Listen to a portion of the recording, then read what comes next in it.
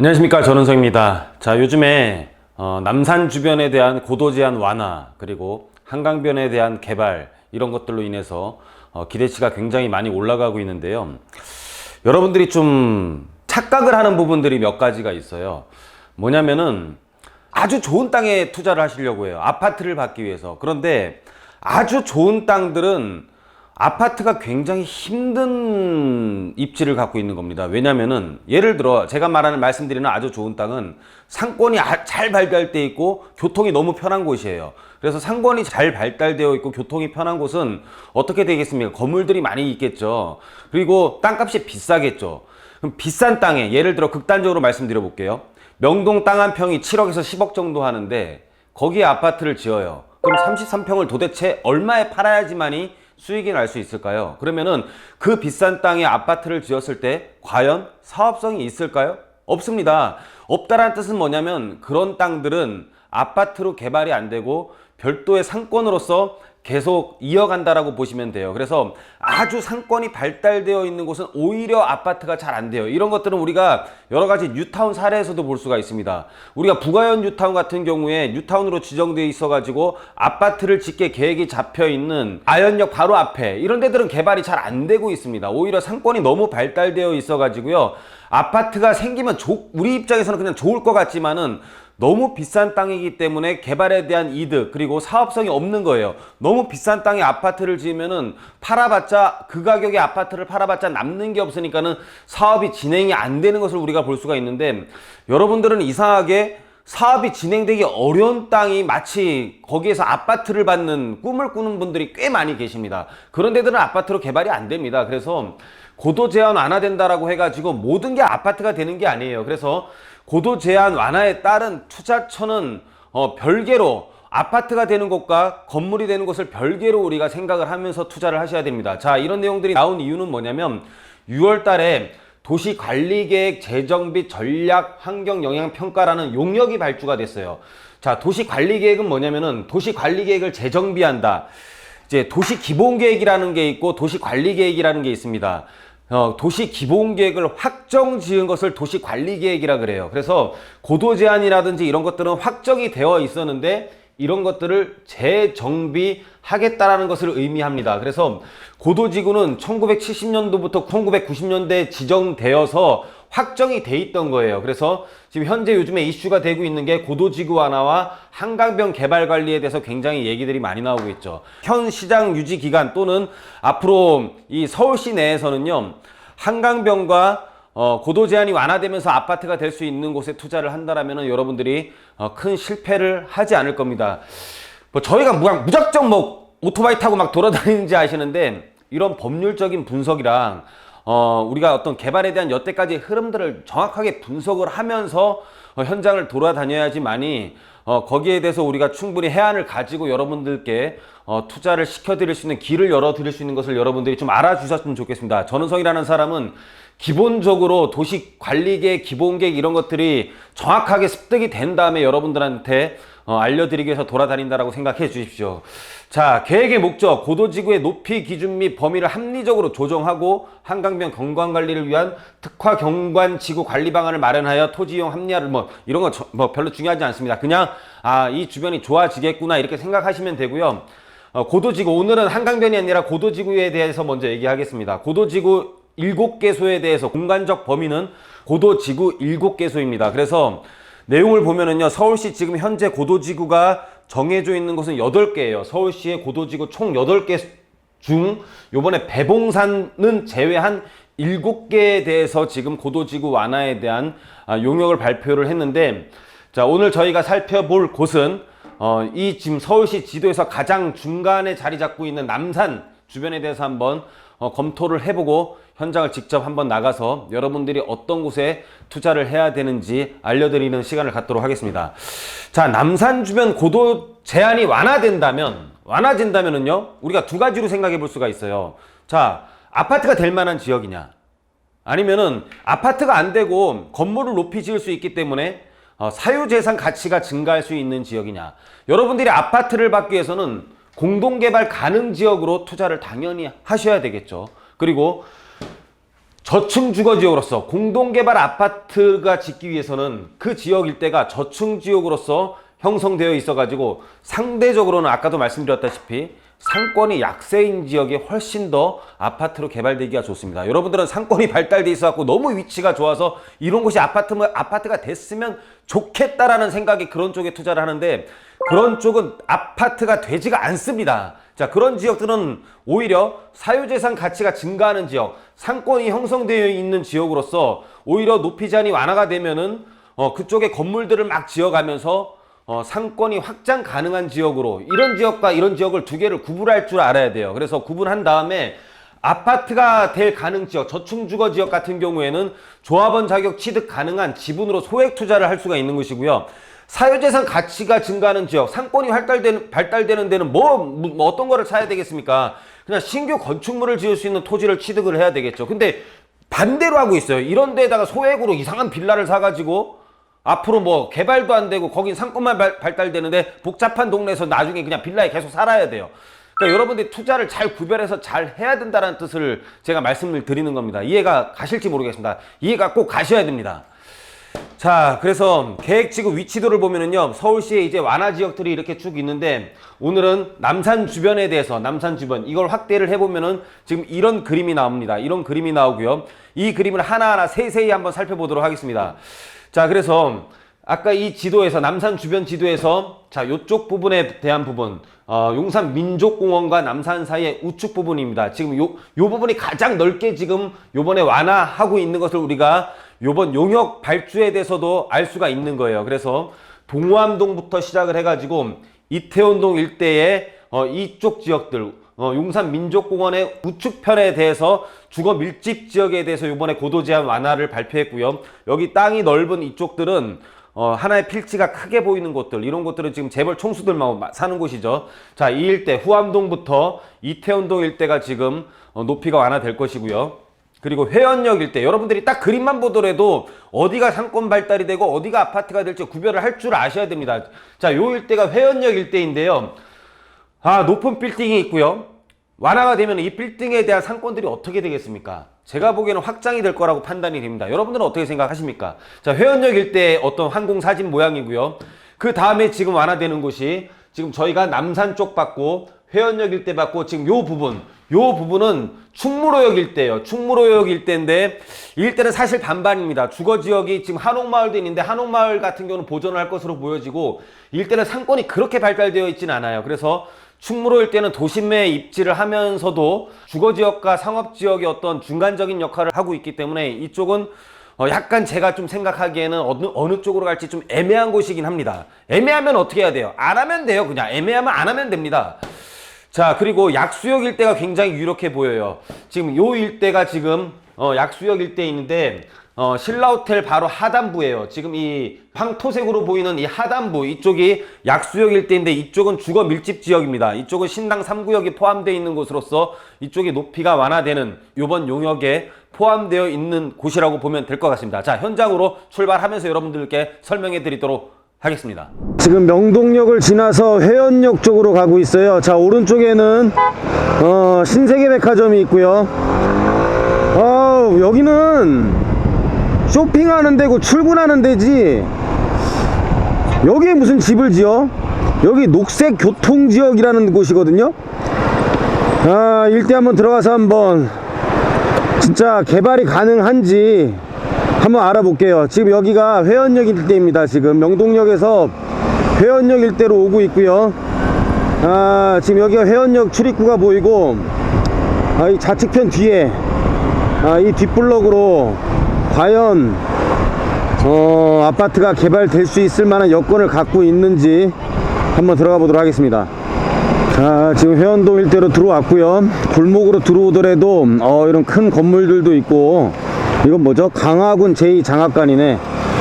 그리고 주변에 이렇게 음식점들이 많이 있어요. 회사들이 많은가 봐요. 음식점들이 많은 거 보면 회사들이 많은 것 같고요.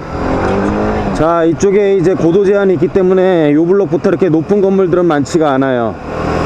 자, 이 일대들 지금 뭐 신축 현장이 하나 보이고, 이 일대로 돌아다녀 보도록 하겠습니다. 언덕길로 올라가더라도 뭐 여러 가지 이렇게 상권들이 형성되어 있네요. 계속 지금 이게 남산 방향이에요. 이게 남산 방향인데 빌딩, 상하 빌딩이 이렇게 있고 주택보다는 건물들이 더 자리를 잡고 있고요. 뭐죠? 다 사옥들이네요. 여기는 풀리면은 이런 사옥들을 부시고 뭐 무슨 집을 짓겠어요. 자, 정화예술대학교가 있고, 야, 남산으로 계속 올라가면서 별게 다 있네. 대학교가 나오질 않나. 계속 빌딩들이 나오고요. 지금 뭐 다세대 주택들도 간혹 있기는 한데 대부분이 상가주택 사옥들이고요. 다세대 주택 개발할 수 있는 주택들이 아니라 고급 주택들은 좀 있는 것 같아요. 야, 이 뭐야 이거. 이게 남산과 맞닿은 곳이네. 야, 이게 회원 시범 아파트구나. 야, 이거는 나중에 자체 재건축 가능하겠네요. 이거 뭐지? 서울시는 SH 공사를 내서 회원 시범 아파트 저가 보상을 철회하고, 이게 그냥 보상해주고요. 이거는 지상권만 있던 것 같아요. 그래서 보상해주고 이 위에 도시계획 시설 뭐 공원 같은 게 들어올 것 같습니다. 터가지고 찾아봐야 될 것 같아. 인터넷 한번 보고요.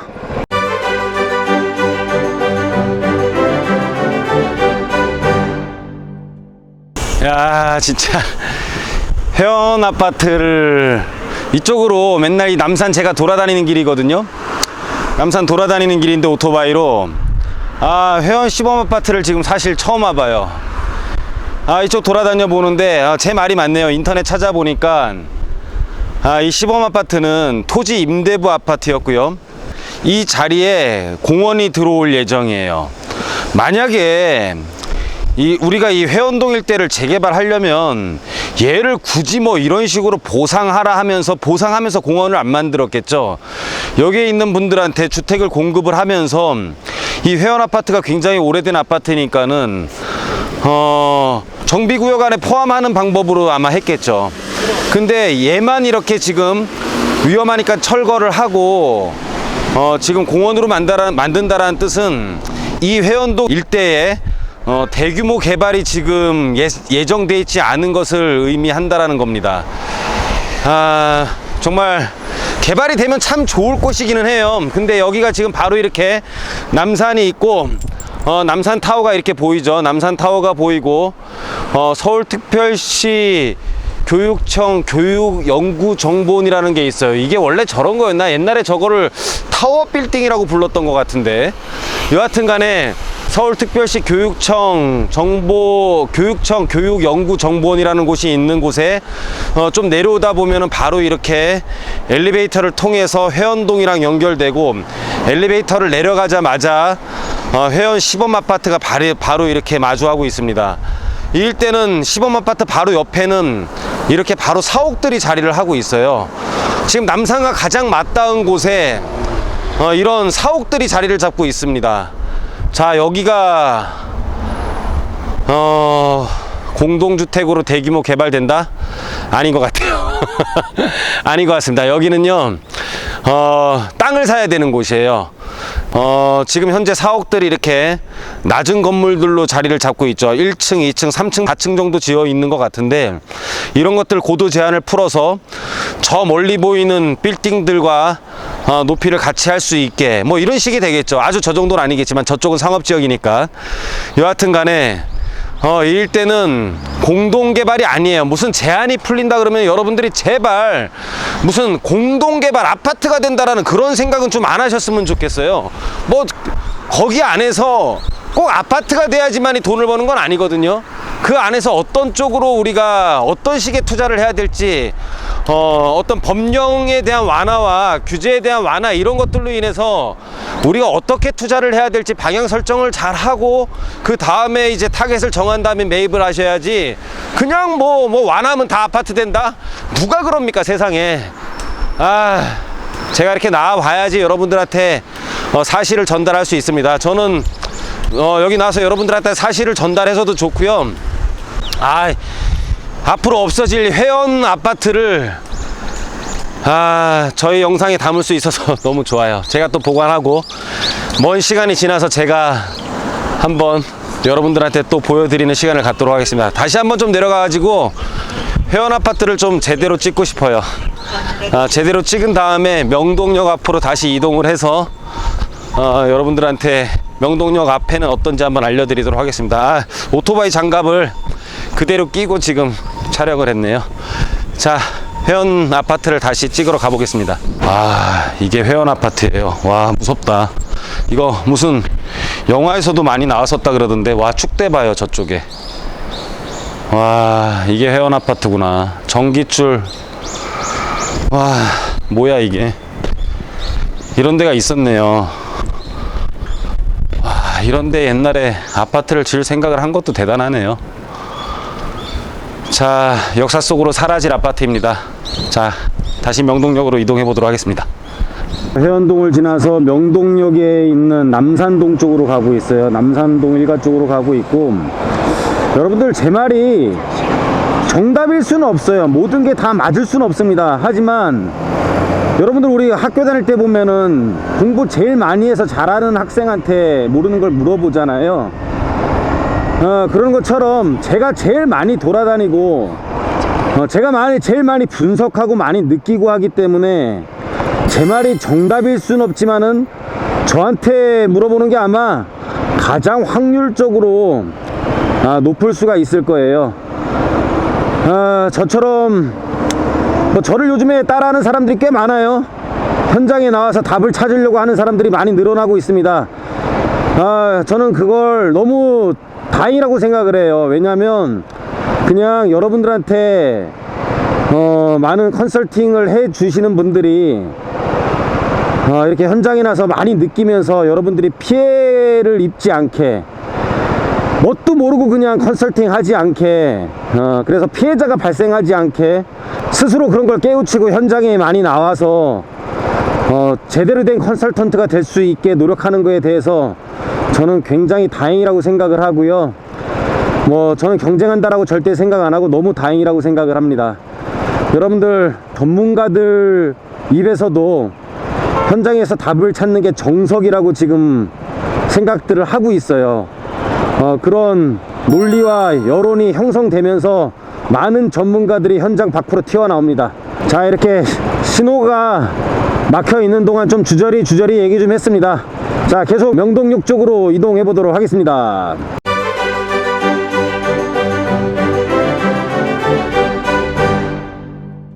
자, 이쪽 남산동 일대를 계속 돌아다녀 보고 있습니다.